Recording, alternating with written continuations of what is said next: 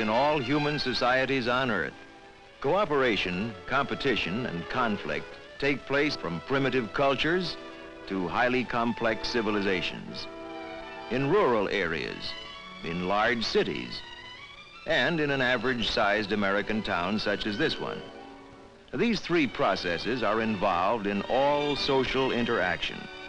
They are occurring here simultaneously every second of the day. On this street, there are stores, markets, offices. They're owned by people who are in competition for customers and for money. Some competition is latent or even unconscious. Some is quite open or overt. The town's oldest butcher shop is losing business because across the street, a new supermarket is attracting customers. Now, this is competition, and there's nothing latent. But it stops short of conflict because no coercion is present, and the situation is governed by moral norms.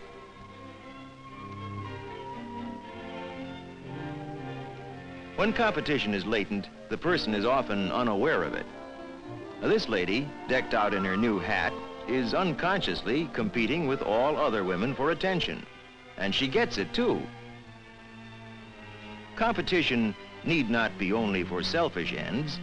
In the local community chest campaign, various groups and individuals compete with each other to see who can give the most and reach 100% of their quotas. But most competition is not for altruistic ends.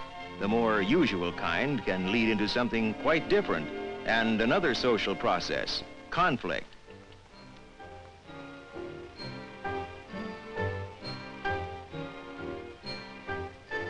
What's the big eye there? That was my fare. Who said so? It's a free country, ain't it? Not that free. This is the second time you pull this, you big jerk. Say that again. You're a big jerk and you always have been. Obviously, what started out as competition has now become conflict. The deliberate attempt of one person to oppose, resist, or coerce the will of another.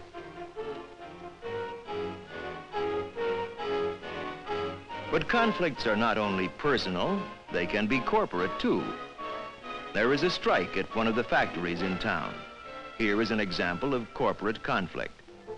One group, labor, is in conflict with another group, management. When the opposing groups are nations, war may result. But if competition and conflict were the only forms of social interaction, society as we know it would collapse.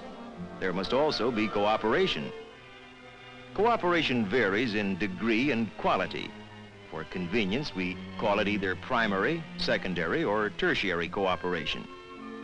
Family living offers a good example of primary cooperation. The aims and interests of the group and the individual tend to fuse and become one. Work is often shared, and there is a close feeling of identification among the members.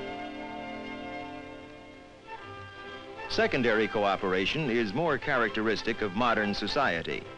It exists, for example, in the average business office.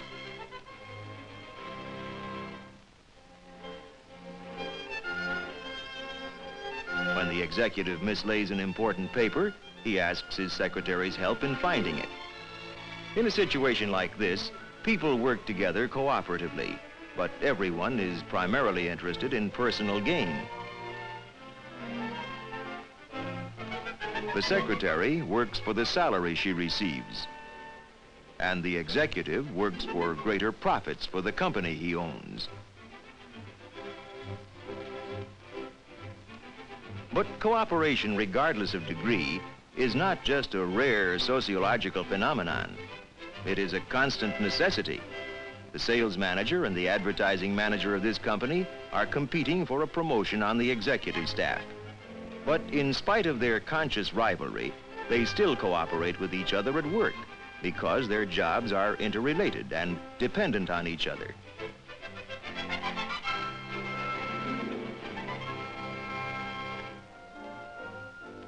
Tertiary cooperation, usually called accommodation, is of a still different nature.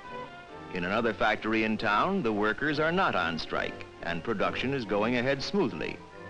But underneath this cooperation, there is latent conflict which could become overt in a strike.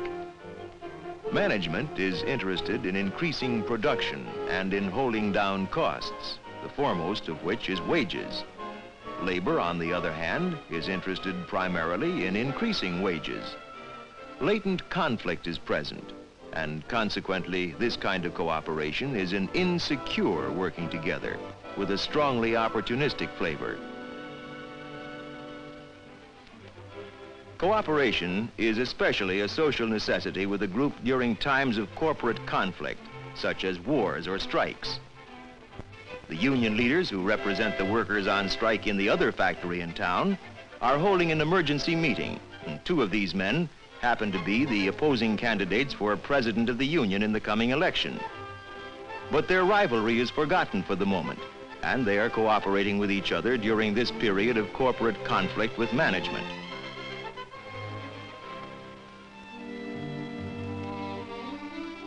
But the necessity for cooperation is not just sociological. It is psychological too, part of the individual's inner and emotional structure.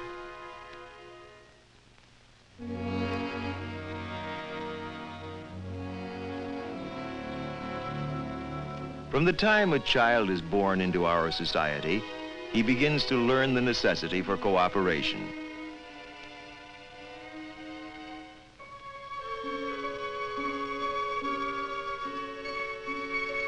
Early in life, a child learns that cooperation is a condition for receiving love and approval from his parents, and outside his home, for being an accepted member of his group. People in love don't usually think of themselves in terms of social process, which is probably just as well.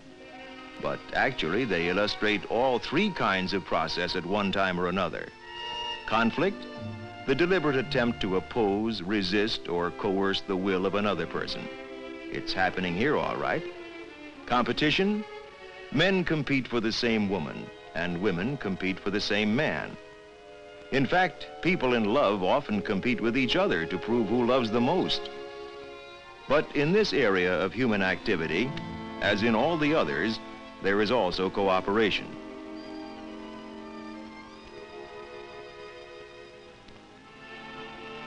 Competition, conflict, cooperation. These are the processes which take place in social interaction. Everywhere that human society exists,